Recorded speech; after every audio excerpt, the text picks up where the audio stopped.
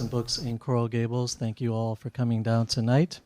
This evening, Books and Books is very pleased to present Ms. Marie Arana and her new book, Bolivar, American Liberator. Quick announcement to make, we are live streaming this event on the internet, so the folks watching at home, if you would like to call in, buy a book and have Ms. Arana sign it for you, we could take care of that for you, and it'll be free shipping to anywhere in the United States. For those of our friends watching on the internet overseas, it might be a little more. This event is being co-sponsored by the Americas Society and Council of the Americas. Ms. Arana is going to be interviewed this evening by the Vice President of the Americas Society and Council of the Americas, Mr. Eric Farnsworth. He has served in the White House, State Department, and Office of the U.S. Trade Representative. Without further ado, I'll hand him over the microphone, and he will conduct the interview with our author this evening. Please give him a hand.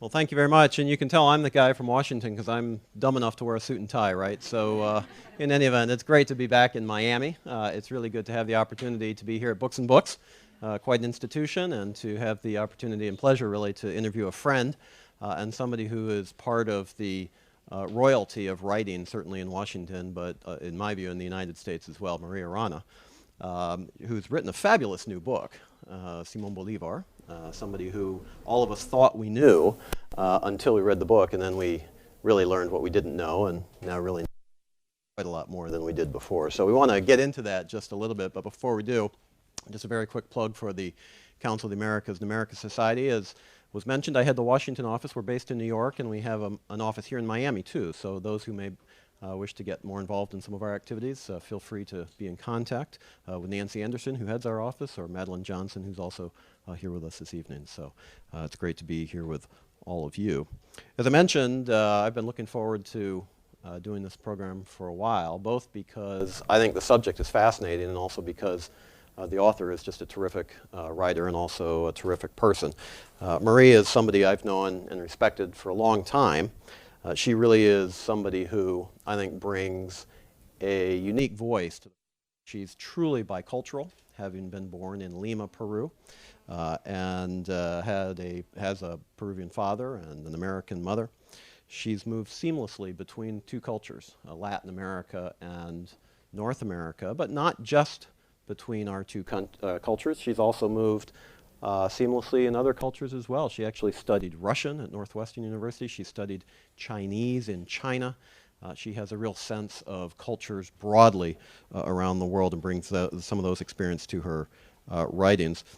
Perhaps most notably, though, for the purposes of our discussion this evening, she's a critically acclaimed author and somebody whom I'm sure that most of you have already read and enjoyed. She's been the recipient of several awards, most notably perhaps for her novel American Chica, which is just a fabulous read. We're not going to talk about that tonight, although I wish we did have the opportunity because that is just a great book as well.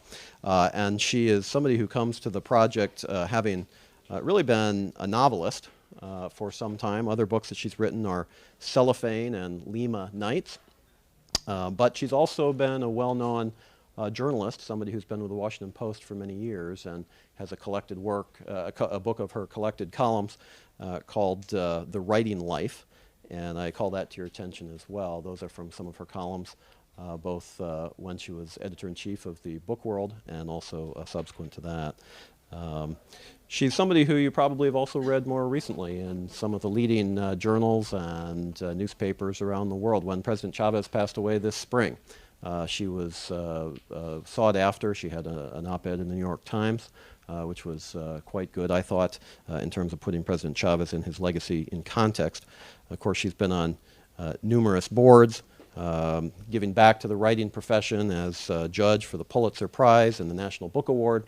So she's somebody who's well known, as I mentioned, across literary circles. And right now, she's a writer at large for the Washington Post, and she's also senior advisor to the Librarian of Congress, just because she doesn't apparently have enough other things to do. So that keeps her busy. But it is a real pleasure to welcome her. This is a book that we're going to get into the subject matter. We're going to talk about Simón Bolívar. But before we do, Marie, you know, you are, as I mentioned, a novelist. You made your reputation there. This is not a novel. this is not a subject either that hasn't been covered. And I guess where I'd love to start the conversation is just talk to us a little bit about why, as an author. What was it that attracted you to Simón Bolívar? And frankly, what convinced you that you had something to add? What was the purpose in writing this book? Thank you very much, Eric. And first of all, let me say thank you for that wonderful introduction. I've admired Eric's work for a long time. The American Society Council of the Americas does great work on behalf of the hemisphere, and I'm very proud to be here in an event that's organized by them. And Books and Books is such a literary establishment in Miami. We know about it all up and down the East Coast, so it's really wonderful to be here. Why did I do Bolivar? I will tell you, it's really interesting because in terms of books, I began my career with a memoir, which was American Chica. It was a memoir of my childhood, crossing cultures between Peru and the United States. And then I moved into fiction, as Eric has said. But it's so interesting to me when people refer to me as a novelist, because I started my actual writing career late in life. I was an editor long before in 2 publishing houses, and as Eric has said, the editor-in-chief of Book World at the Washington Post. So I was very familiar and had been all my life passionately in love with nonfiction books, and had actually edited many, many biographies and histories in my past. And so that was, to me, a very viable thing for me to be dealing with. But when I actually started writing, and I wanted to add the next brick and the next brick and the next brick to what I was thinking was an explanation of who we are as Latin Americans, and who we are not only as bicultural people who come from Latin America to North America, but who we are really as Latin Americans, and how we think, and how different we are, and what constitutes a Latin American identity and mind and heart. And my first brick, the way that I like to put it in this little construction, was my memoir of my childhood. And then I moved into a satire, which was Cellophane, a satire of Peruvian society. And then to make, to really do something quite different, I did a very short, sharp, kind of cruel little book called Lima Knights, which is about a love affair between 2 races in Lima. And so I was adding a little bit to every time, to a construction, if you will. I have a very good friend who died some time ago, the historian Germán Arciniegas of Colombia, who is a wonderful historian. And he said, I've written 50 books, but they're all really one. And I feel that way about what I've written. When I came to decided to do Bolivar, I was really thinking, and I thought of it in a kind of parlor game way, if you were to choose one subject that covered a great expanse of Latin America, and that covered a great sort of chronology of its history, and that constituted a kind of explanation of how we got to where things are in Latin America today. My answer was Simón Bolívar, because in that lifetime, I could capture so much history, because I could explain him as being born into the Mantuano class, which was the highest class of Venezuela at the time, and then leading 6 republics, really, to liberation, to independence. It was an extraordinary way, I thought, to capture a lot of the Latin American spirit. So that's really why I decided to do it.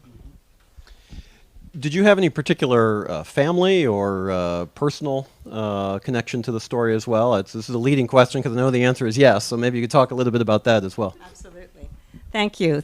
Yes, I do mention in my acknowledgments to the book that as a little girl I was always fascinated with the wars of independence, because I had to, well, let me start this way. I was a very naughty child, and people always ask me, what did you do that was so naughty? I was just generally naughty. I said bad things when I shouldn't, and I was,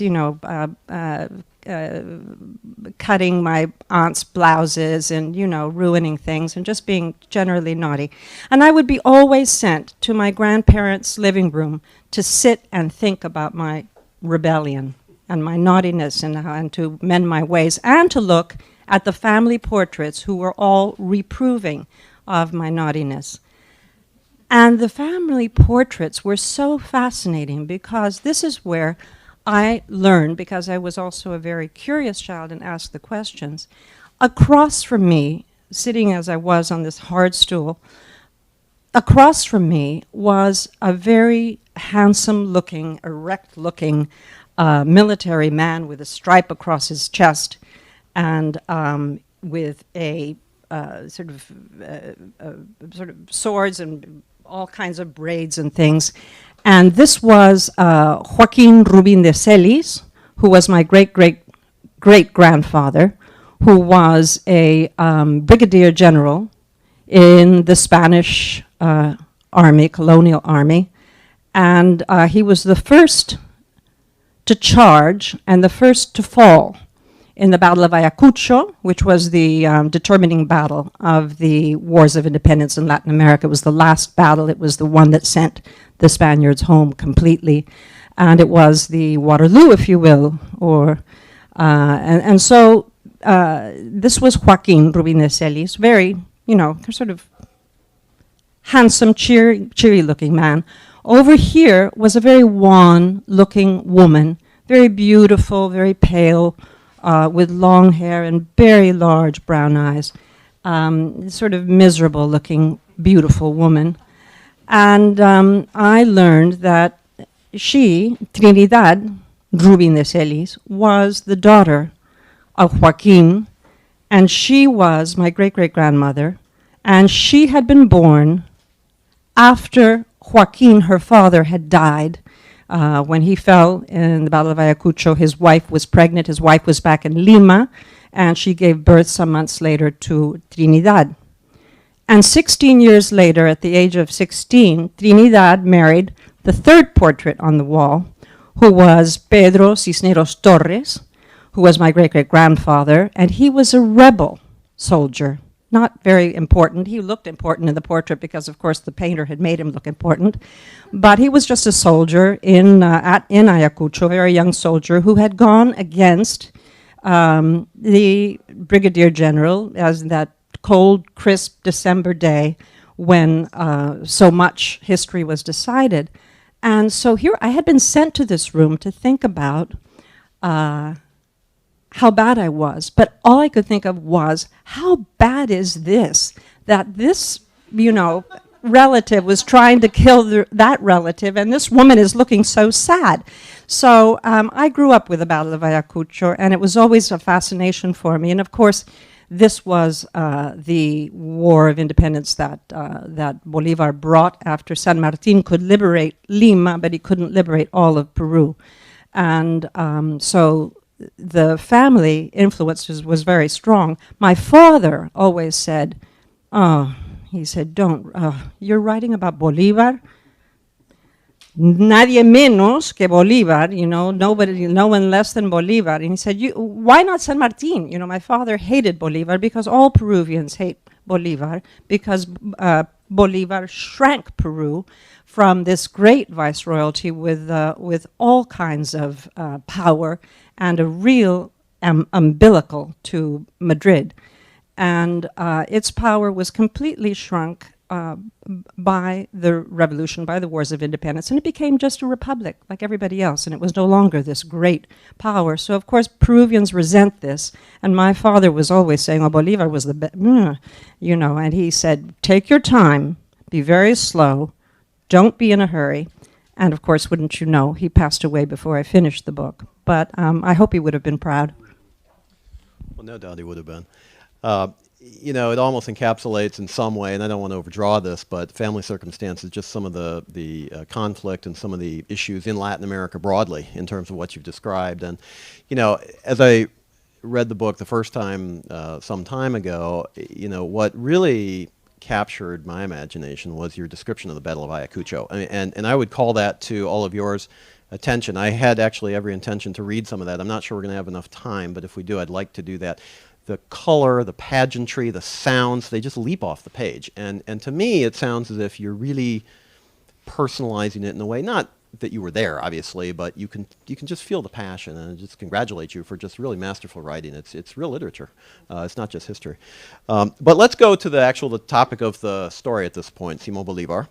You just wrote a large book about him, so this question isn't going to be fair. But in a short period of time, how would you describe Simón Bolívar? Who was he? And this is a topic that has occupied historians and politicians and all kinds of people for a lot of time. Who is he in your words? He was a fascinating man. He was a man who was born into a very, very rich family in Venezuela, one of the richest families in all of Latin America. His family was of as I mentioned before, the Mantuano class. There were only 9 families in the Mantuano class in all of Venezuela. His family owned 12 houses in Caracas and La Guaira. They owned copper mines and sugar fields and indigo fields and cocoa plantations, and they really ruled for 250 years, because the forebear of Simón Bolívar was Simón de Bolívar, who came in the 1500s. And so they were really an established family. This was a very rich man. He was a very rich child because he was an orphan of sorts. His father died when he was 3. His mother died when he was 8. His uncle, cousin of his father, who was a priest, very rich priest. You would ask yourself, how did a priest get so rich? But left millions of the equivalent of millions of dollars to this child when he died.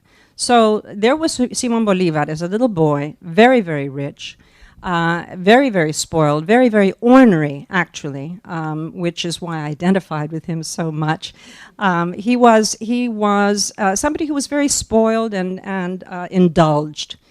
And he went off at the age of 16 to study in Spain because his family at that point thought, well, maybe he and his uncles can actually get a title of nobility, which they had been trying to get for some time, to recover for some time, and come back and actually be able to have some power, because the Creole class, the Mantuanos, actually didn't have any power in the governing of the colonies. The Spaniards reserved that to themselves.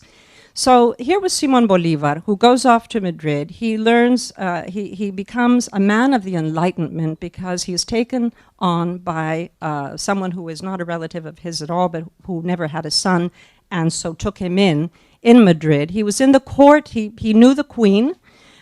His uncles were actually hanging out with the queen's lover, so they knew about the queen's life intimately. And here was this young lad who was developing, sort of coming of age, reading Rousseau, Voltaire, Montesquieu, and really being a man of Thomas Paine, a man of the Enlightenment. And he was, suddenly his mind and his world was opening up. He had come from Caracas at the time was a very sleepy town by all measure. So he married at the age of 19, he married a Spanish woman of Venezuelan origin, brought her back to Caracas at the age of 19, and she died 6 months later of yellow fever. So there he was. No father, no mother, really no family to speak of except 2 sisters who had been married off at 13 and 15, and a widower. And it is at this time, really, that he began to think about what he had learned in Europe during the Age of Enlightenment, during this time when there was so much ferment. The American Revolution had happened, and so there was a great sort of incitement in his view, in his mind, a lot of application that he began to think about Venezuela and not only Venezuela itself, because at that point, during this time, he also had the occasion to meet Alexander von Humboldt, who had just made his expeditionary tour through Latin America. And von Humboldt had actually said to Bolivar at one point, that continent is so rich, the resources are so extraordinary. And so all of this was ferment to Bolivar. He began to believe that Spain was an impediment to the future and the glory of Latin America. He wasn't just thinking of Venezuela at the time. He wanted his people to be free. But he already had, at the age of 20, 21, a vision of a whole Latin America that would be united and that would be a bulwark against the world, against Europe, against North America, which was already getting very strong. It was becoming the colossus that it eventually became. It was already getting there, and it was very clear that it was getting there. It had developed strong ties with trade ties with England and was getting bigger and stronger by the day. And so here comes this young man with nothing to do but throw himself into the wars of independence, into the revolution. And so to me, this is this extraordinary man. He's also I should say, he became the most wonderful writer. And if my book has any color at all, and thank you for saying that it does, it comes from, it is inspired by his own words, because there are 32 volumes of his letters, and these are letters that he wrote on the fly, he wrote in the battlefield, he wrote, he dictated to 4 or 5 secretaries at a time. He was doing everything off the top of his head, and they are the most vibrant Spanish. And I like to say that he changed the Spanish language in a way, because before Bolivar's time, you see a very sort of circuitous kind of Baroque Spanish, very elegant, wonderful, old kind of Cervantes Spanish. And then comes Bolivar, and his language he was really a wonderful writer, fresh and vibrant and young, and it was not the old dusty Spanish that anybody had heard before. It was very alive. It was part of his charisma, really, was his language. So this is the man I grew to know and to admire, a great dancer, a terrible womanizer. After he said, I will never marry again, and he never did marry again after he lost his wife, but he had 35 mistresses that we can count. He was, every time he liberated a region or a town, he would be met by, the most beautiful young girls in white dresses with trailing blue ribbons, and he would choose among them who was going to be his partner for the night, and sometimes it was many nights. So he was a very, shall we say, high liver in a lot of ways, but he was also a very, I think, enormously ethical-minded man. I mean, here was somebody who understood that you cannot prosecute a war of independence if you don't liberate the slaves. Something with a sort of moral acuity that not even Washington or Jefferson had. In the United States of America, the revolution, as we know, was conducted, and then everybody went back to their plantations with their slaves, and so equality was only for some at the beginning.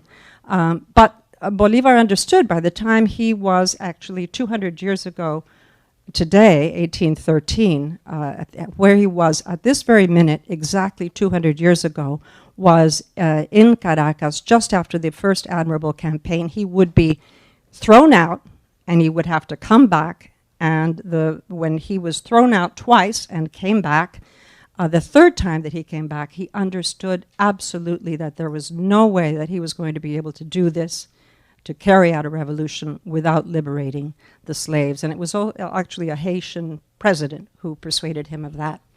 But it was a grand life filled with all kinds of adventure and event. It was just wonderful to write about, because how can you go wrong?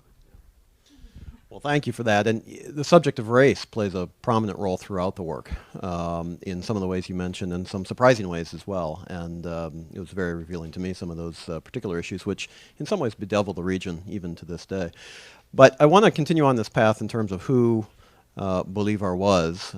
You alluded to a number of different things, but I think it also shows how difficult it is to actually characterize the man. We like to have our heroes sometimes as, lily white, clean, have the highest morals, the highest this, the highest that. Bolivar really had he was a human being. He had a personality. And maybe you can talk a little bit about that, but I'd also like to explore the idea of, some people have used his legacy to talk about Bolivar as a great Democrat. Others have seen a completely different side of him. They've seen a dictator. They've seen somebody who gave orders to essentially slaughter Spanish troops in the field after they'd been taken prisoner. So this is a complicated person. Can you give us a little bit of a sense of that and how you really waded through that to come to the ultimate picture of the person that you did? Absolutely. Thank you for that question, Eric. I like to think of Bolivar as the leader who taught Latin America how we are very forgiving of our leaders. I mean, in Peru now, we've had in the last 20 years, we've had 2 presidents who have brought their illegitimate children out into the balcony, and nobody is sad, nobody complains. There's no long-faced wife standing next to him. It's just the way things are, and the public is very forgiving, enormously forgiving. And Bolivar was full of flaws, full of human flaws, certainly, and he remember that I also like to remind people that when Hannibal crossed the Alps, he planned that crossing for 2 years. When San Martin crossed the Andes in the southern region of Peru, he prepared for 2 years. Bolivar did it absolutely on impulse. He did everything on impulse, which was he was the original guerrilla fighter, which was the reason why, with small bands of soldiers, he was able to scare the daylights out of a very large, powerful, and heavily armed expeditionary force. The Spanish army was extraordinary, really. And Bolivar's armies were barefoot, sometimes half naked, with lances and sticks. If they did get muskets, they got them from the pirates of the Caribbean, and they were bringing them in. But muskets, when you're fighting somebody with a lance, muskets, you have to have 6 steps to reload a musket. And so by the time someone's coming at you, you may get their vanguard, but you'll be mowed down by the next wave. So he was actually doing everything by surprise, and that was his great skill. It was also a problem, as you say, because what happens when you are working in a wartime model, he was so successful in a wartime model, he was very bored by the peacetime model. He had very strong convictions about democracy, about liberty, about equality, but when it came to sitting in a palace and meeting out these things, he would rather leave it to others. He wanted to go out and liberate the next place, and which is why he was able to liberate 6 republics. But he always, because he worked, as I say, on impulse and largely on his own, there was no organized force behind him. There would seem to be. He would go into Bogota and say, okay, we're going to do this, we're going to go do that, and now I'm going to Quito or Guayaquil. And the group that he left behind at every turn would establish themselves in power, and so there was no sort of organized. You can't teach people democracy on the run, which was essentially the problem that Bolivar ran into. He, doing things on the fly, he did things like this. In order to, you have to imagine the chaos of the wars of independence in Latin America, very different from North America because they were also fighting a civil war. Imagine the American Revolution and the Civil War being fought at the same time.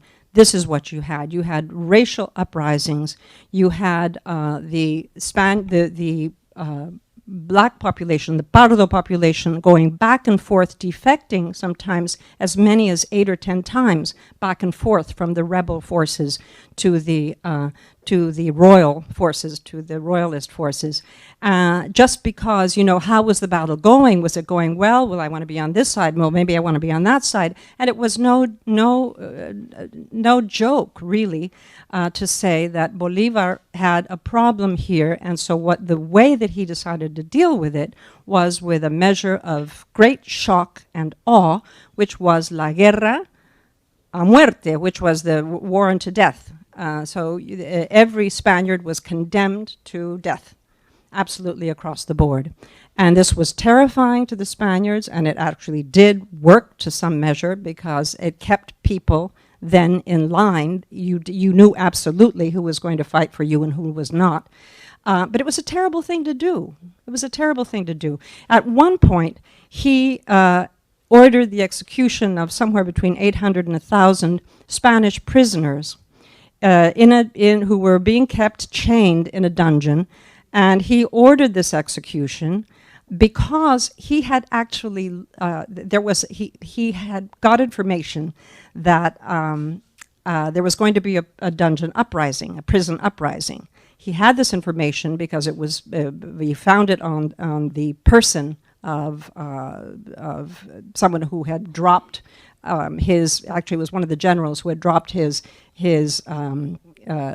bag in the middle of battle, and when they recovered the bag, inside they found the letters that said that there was going to be a prison uprising. They were planning it on the royalist side. And he had already been through a prison uprising in which the first time the revolution was attempted, it was lost. And so he didn't want that to happen again. So he ordered all of the people, all of the Spaniards in the dungeon who were chained to death, and they were brought out en masse. It took 4 days. They were decapitated completely. Horrible thing to do. Horrible thing to do. He was, at that point, he was marked as a brutal leader.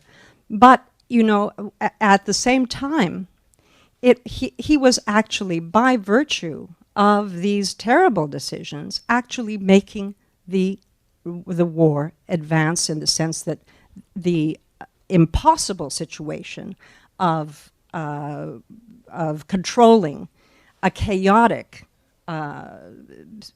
armies that were constantly defecting, he was able to make the loyalties stick. Nobody misunderstood at that point that where the revolution stood at that point, because there was you were either for Bolivar and you were either for independence, you were either there or you were a dead man. And that was when the revolution actually began to work.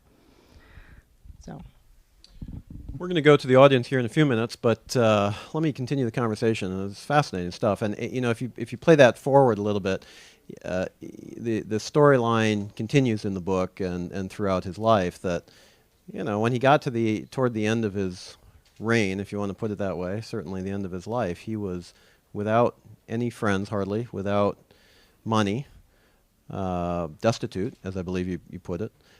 He had actually survived an actual assassination attempt, at least one, and two, exactly, thank you, and pretty serious, pretty close, that almost got him. In fact, he had to be shunted out the rear window by his lover, which is, by the way, one of the funniest parts of the book. And if any of you, he escaped in her galoshes, which you just try to vision that, and it's terrific. If it weren't so serious, you'd actually laugh. Well, we did laugh anyway, but nonetheless, I mean, how do you get to have liberated 6 countries and kicked the Spaniards, the colonial power, out of the country, out of the region, and set up governments and pass constitutions, and at the end of all this, your people just want you gone? and he dies on his way to exile. What happened?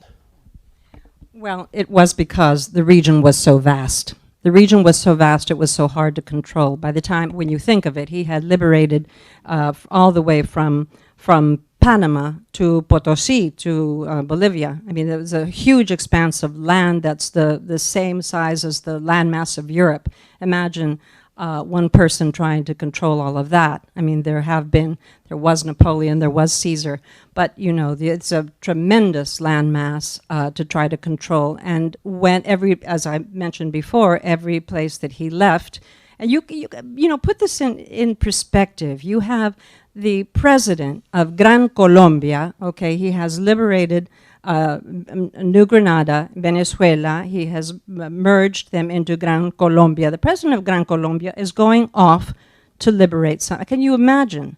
You know, President Obama, for instance, on a horseback riding in to liberate, you know, another country adjoining the one that he's the president of.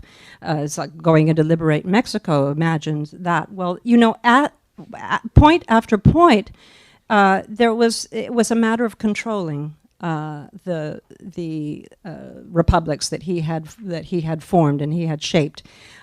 His great gift was to liberate them. By the time it got to administrating them, he lost control.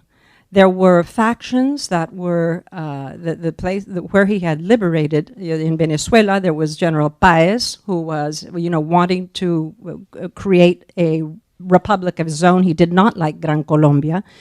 He wanted Venezuela to be Venezuela.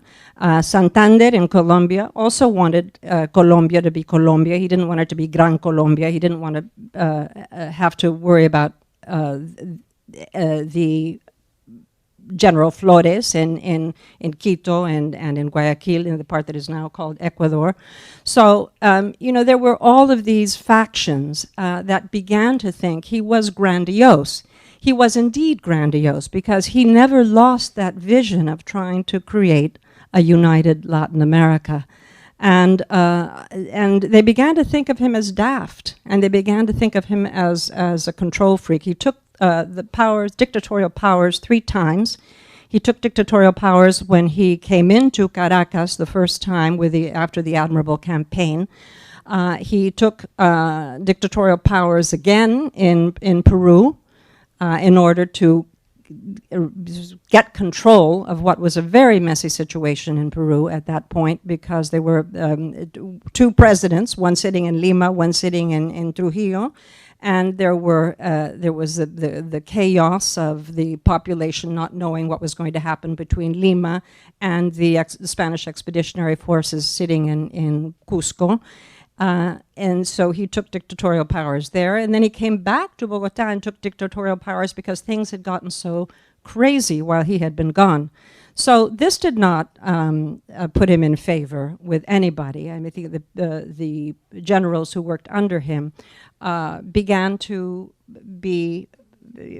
fuss, really, because they began to think that their own territory was more important, their own land, their own people were more important. And let's not forget that Spain had actually, really affected Latin America in a very strong way. It had kept its colonies rigidly separate. You were not allowed to travel from one colony to another. You were not allowed to trade you were not allowed to own a printing press. You could not purchase books or read anything without the explicit permission of the Spanish courts. The laws of the Indies were very, very strict. You could not, if you were somebody who lived, you knew that you lived above a copper mine or a silver mine, you could not put down a shaft because only Spain could do that. You could not manufacture anything. You could not grow a plum tree to harvest to sell. You had these regions, these colonies that were kept strictly apart, which is the reason today why, in fact, an Ecuadorian is an Ecuadorian. Venezuelan is a Venezuelan, a Peruvian is a Peruvian. We come here to the United States and we become Hispanics and we're all friends. But in fact, we don't consider ourselves one people until we're here. I always say that Bolivar's dream was achieved here in this country because we all have to check that box, that says Hispanic, and then we're all one, which is something that he had envisioned but never happened until we hit these shores. But in fact, those places, those colonies were very, very separate. And so when it got time when Bolivar was so strongly committed to this Pan-American enterprise, everybody thought he was daft. And so in fact, he began to lose power. He began to be thought of as very conservative because he had learned in the course of his revolutionary travels that he wasn't going to be able to achieve anything without being very strong armed. He was, as Garcia Marquez has said, the first dictator. So when we look back and we say, oh, he was a dictator, let's remember he was the first. He actually defined it. He was resented very, very much for taking on those powers, and his star began to fall. By the time he was 46, it was already pretty much over. He was sicker and sicker. He had tuberculosis, is what is believed that he had. He had been spitting black for years, actually, since he'd been in Pativilca in Peru.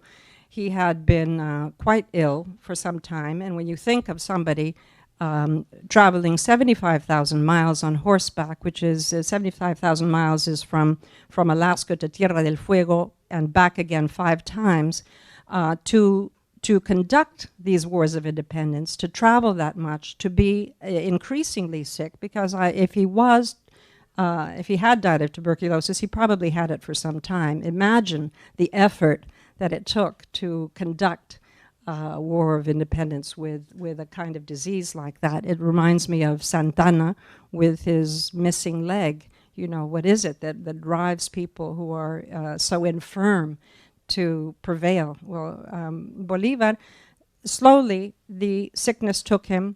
He became despised by his generals for sticking to this vision, for being so bloody-minded about the larger Latin American vision.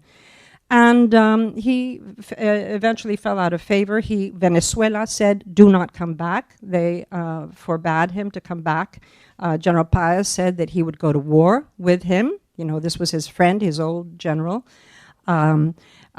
Colombia said, you must go. You must go into exile. He came down the river to Santa Marta, a very sick man. He died absolutely destitute. All those millions of dollars, because he had been worth, even as a little boy, as I mentioned, millions and millions, tens of millions of dollars, were gone. He had given them all to the revolution. He had given it all away. He had accepted no tribute, no salary.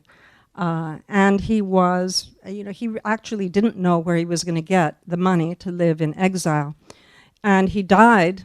When he died, the pharmacist, because he was the town pharmacist, who was actually caring for him and conducted his autopsy, didn't have a shirt to bury him in. And he had to go down the street to borrow a shirt to bury Bolivar. And Bolivar was basically died completely dismissed by the people he had liberated. And 12 years later, people began to think, over the years, people began to think, this man really achieved something miraculous. And with the great sort of the greatest moral compass that we've had in Latin America, they began to think this way. And of course, the cult of Bolivar became very strong at that point. And he has been, Eric, he has been used his prestige, which is called the magic of his prestige, has been used by people on the right. You know, Pinochet said, "I love Bolivar." Castro has said, "I love Bolivar." His bones were exhumed 3 times and brought into a larger and larger pantheon. And people sort of wrapping themselves in the robes of Bolivar. And so, actually Hugo Chavez was not the first. He was the first to sort of acquire, to try to bring back the business of the Latin American unified dream. Because if Hugo Chavez wanted anything, it was a united force of Latin American nations that would serve as a bulwark against the United States. So, there is some similarity there. Well, I think it's a great place to take us into the next phase of the program for the remaining time that we've got, which is to say audience participation, questions, comments. But the one thing that you Marie, referred to, and it comes up in the book, is the sheer physical stamina that he had to have had. I mean, traveling on horseback.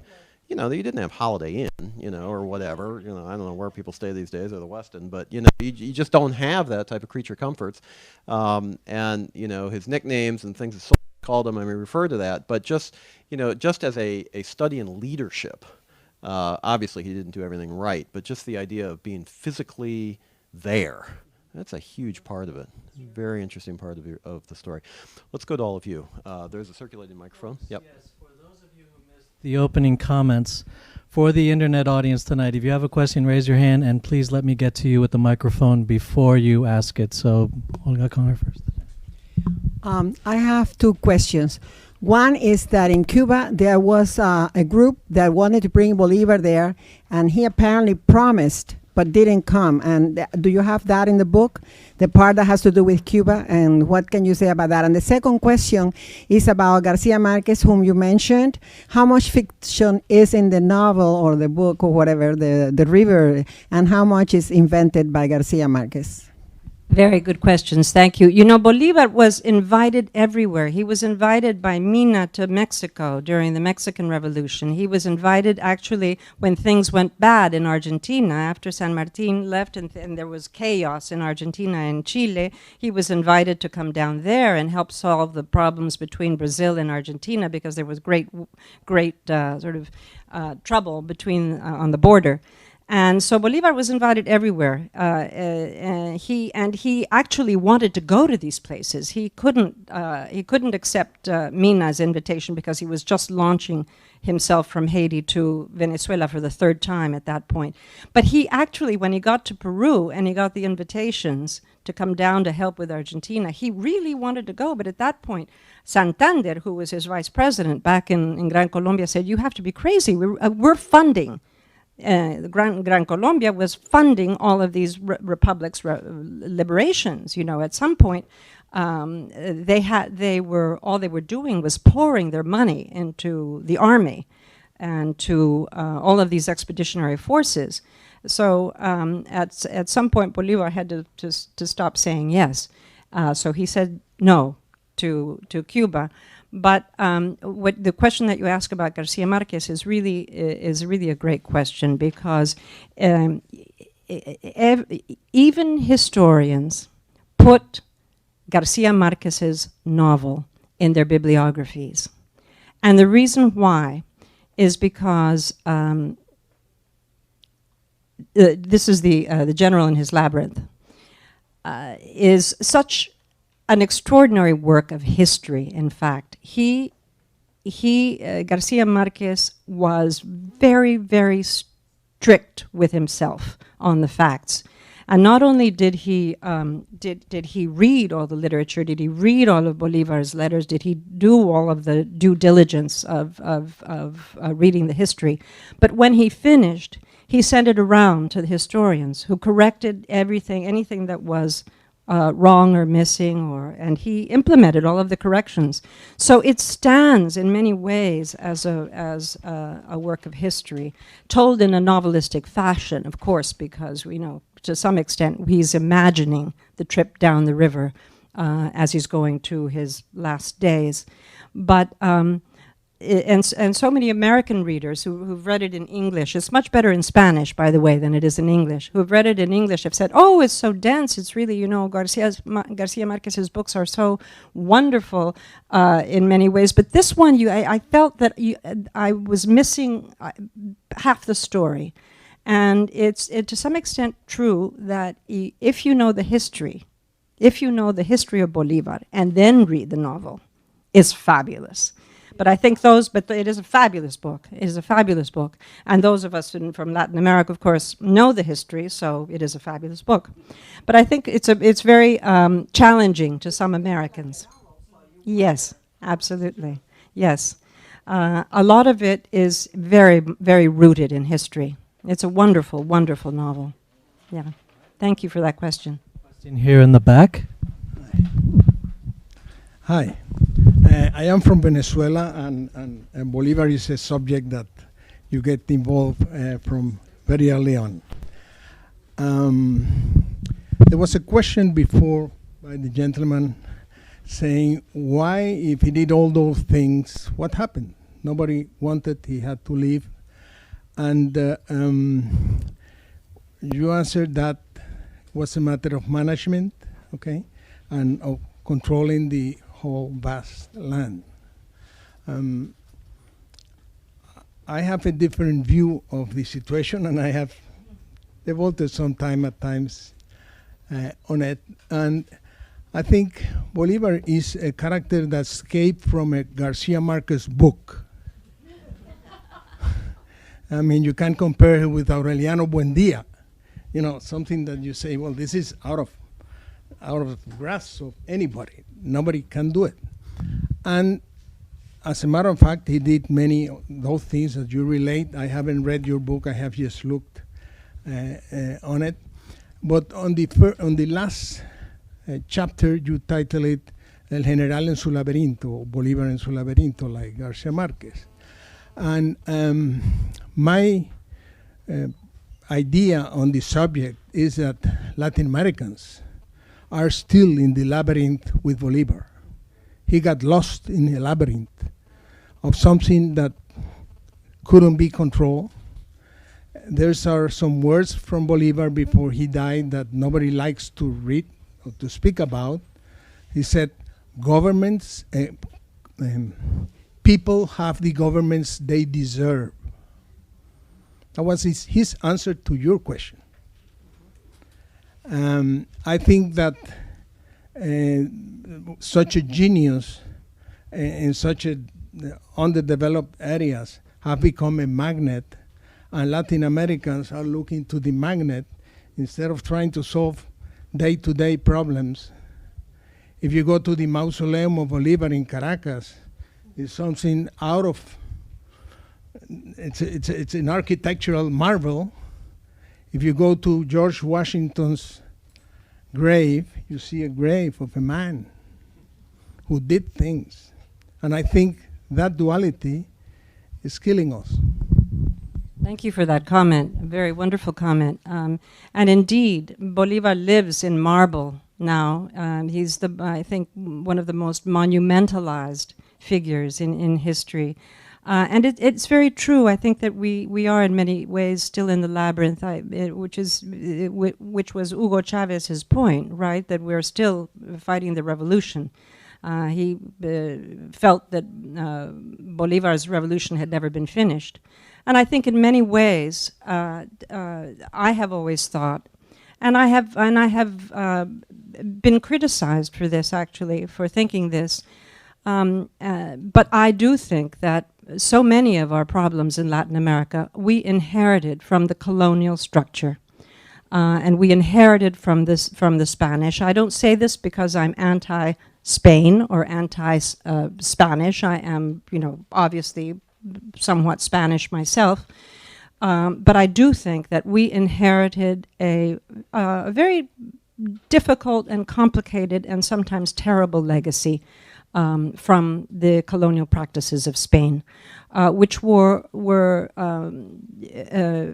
very controlling, very infantilizing in many ways, And in the end, when the revolutions were over, what happened? The equality that Bolivar had spoken of so eloquently, the liberty, all of that, became very rigidly a Creole ruled structure. So the whites remained on top. The very thing that Bolivar was fighting against, and the people who were fighting for him and his armies were fighting against, was everybody went back to sort of the old Spanish structure, except the Spaniards were gone.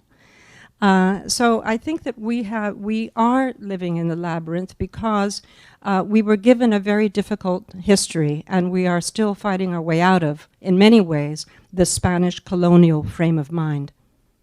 Thank you for that. Questions here in the front row? You've told a wonderful historical story, and I, as a Canadian, have had no background in Latin America, hardly any. We did study European history. My question to you is, you mentioned one date, 1813, in your total discussion.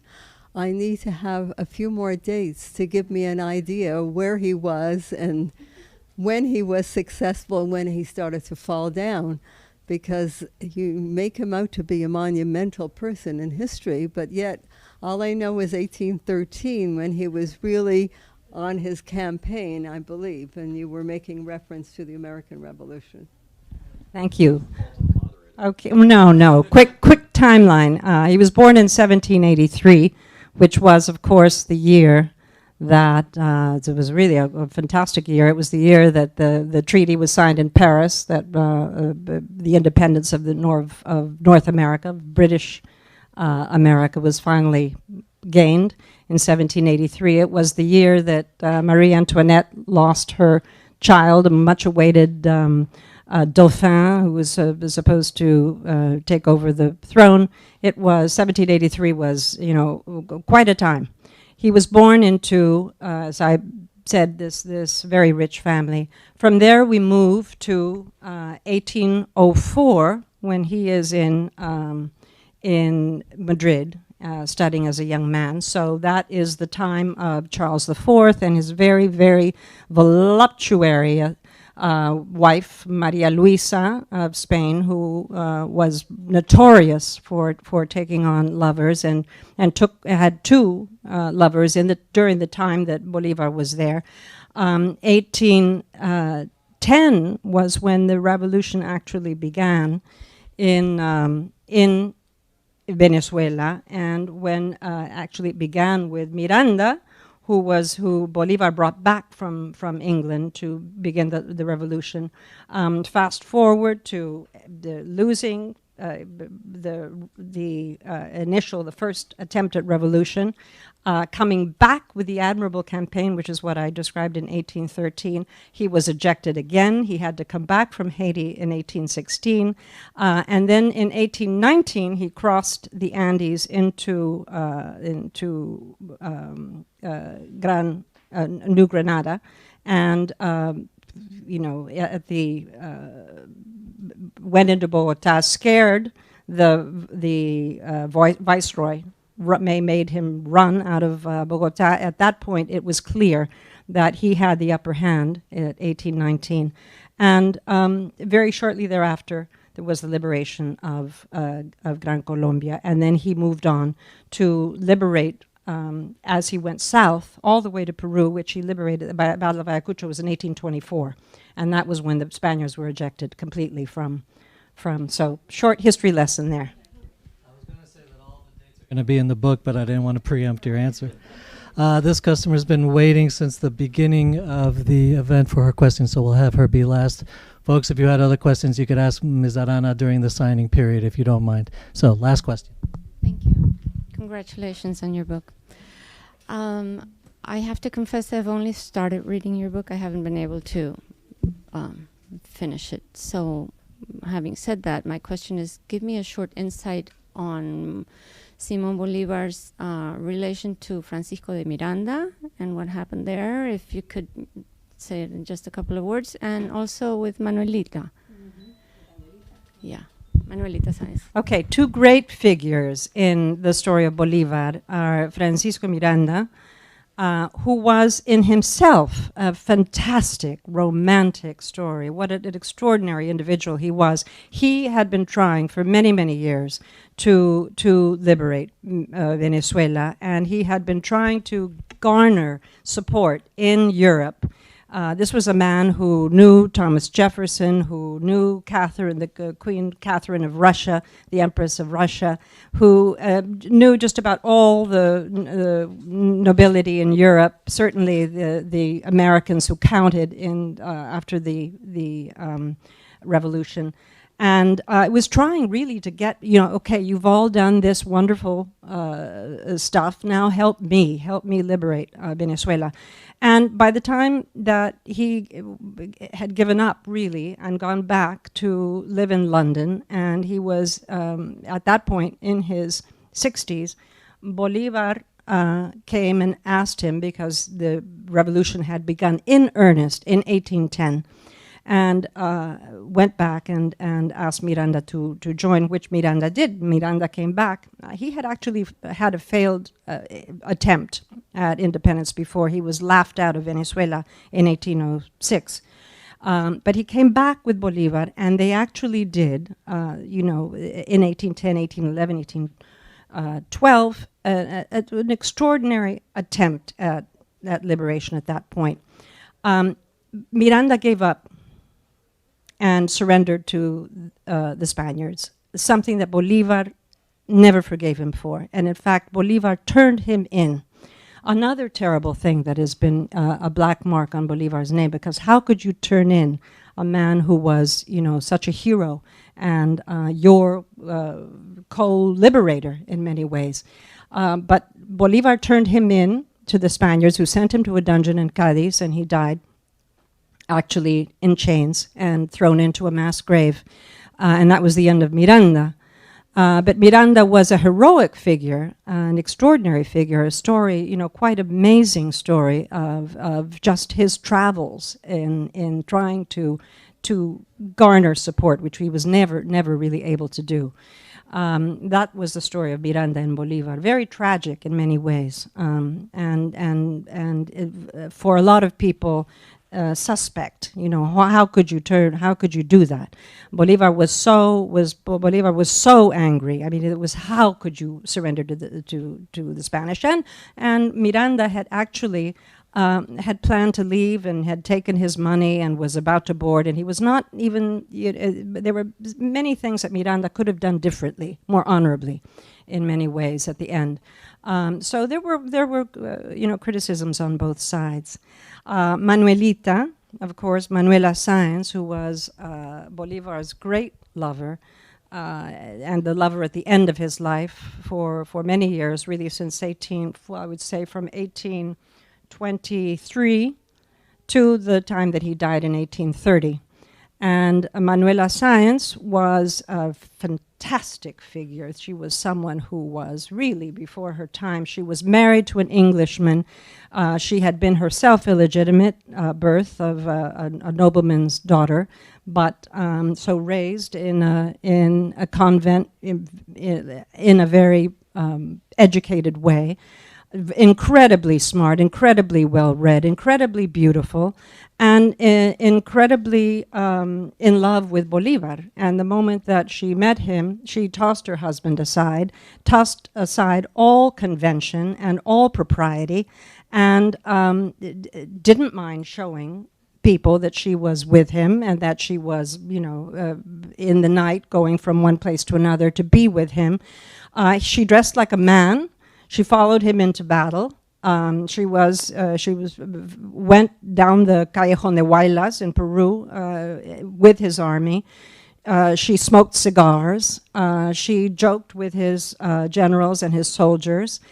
She got angry when he flirted with other women. She scratched his face at a certain occasion because she had found evidence of his playing around with somebody else.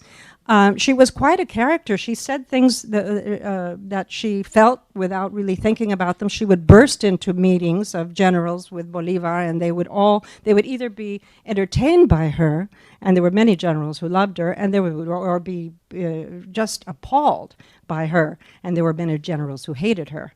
But she was quite a figure. She was an extraordinary figure in her own time, in her own ways, a heroine. And she has been made in Ecuador, I think, a very wonderful recognition of her for her heroism during the Revolutionary Wars. She couldn't believe when they were saying that Bolivar was sick in Santa Marta. She was coming down river to be with him. She was going to go into exile with him. And she couldn't, she said, well, that's all just poppycock. They're making that up because, his enemies are talking, but he's fine. And then when she actually got irrevocable sort of news, proof that he was dead, she tried to kill herself in the way that Cleopatra tried to kill herself, with a snake. The snake bit her arm, didn't do her much harm, and she came out of it and said, well, that's that. And I loved Bolivar when he was alive, and now that he's dead, I worship him. And she lived out her days as a very old woman. She was She was sent out, exiled by Santander when he came back to be president. He kicked her out of Colombia, and she went to Paita, a little village in Peru, where she set up a little shop embroidering things and translating the letters of sailors, or not translating, actually inscribing letters for sailors who were illiterate. And died there in a little village, always receiving people. Garibaldi went to visit her. Ricardo Palma, the great writer of Peru, went to visit her. And she was just in this little hut with her little name above the door saying, I do work for hire. And that was Manuelita. She was extraordinary. Thank you for the question.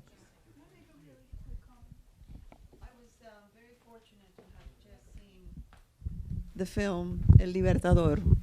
It just opened in Toronto on Monday, actually. I saw it in LA because I'm working with that director. I'm a filmmaker for his next film. And one of the suggestions that the director and his writer make in the film is that Bolivar actually was assassinated. Assassinated. And this is supposedly new evidence. So I was curious to know if you had encountered anything like it. Absolutely not. It was the reason why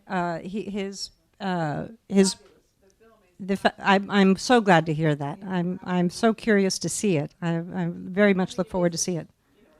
It doesn't do justice to the story. The whole story. You use the word physicality, and that's what the reviewer said about the film. It's incredibly physical. Mm-hmm. It's a little bit like Braveheart. Mm-hmm. Yes, I think that was that. I mean, in 2 hours you cannot. Yes, condense. I think it was that was the squib on it was that it was supposed to be the Braveheart of Latin America. The part about being assassinated, it's interesting because the reason why Hugo Chavez exhumed his bones was precisely because there had been a report. There was a sort of historical forensics professor who had said, that Bolivar had a high incidence of arsenic in his blood when he died. So President Chavez immediately took up on this and wanted to, and had always suspected that Bolivar had been assassinated because, of course, he had so many enemies, and the attempts had been made to assassinate him often before. But what we also know now is that the same professor and other professors have weighed in and have said, well, at the time, there was a level of arsenic that people were taking arsenic actually for medicinal purposes. And in fact, for the very thing that he had, which was a great problem with his lungs. I mean, he was with the spitting of the black liquids that he had been for years. That there was every reason for him to have arsenic in his blood. So, you know, the proof is not in. It could be, but it hasn't been proven. And I think it's jumping to conclusions to say that he was assassinated, in fact. Does the film actually say that? It's a suggestion. Okay. Okay. So once again, for the folks watching at home, if you'd like to purchase a copy of the book and have Ms. Arana sign it for you, just call the number on your screen and we'll be happy to take care of that for you and mail it to you. Another note about our live streaming of events here at Books and Books. If you don't catch it live, they're all archived on our website. So either this evening's event or any other event that we've live streamed on the internet, you could go to our website and you could watch them again and again. And for those of our audience members here in the store tonight, the book is for sale at the counter over there. Ms. Arana is going to be signing over there at the table to our left. And please give a hand to Ms. Arana and Mr. Farnsworth. Thank you very much.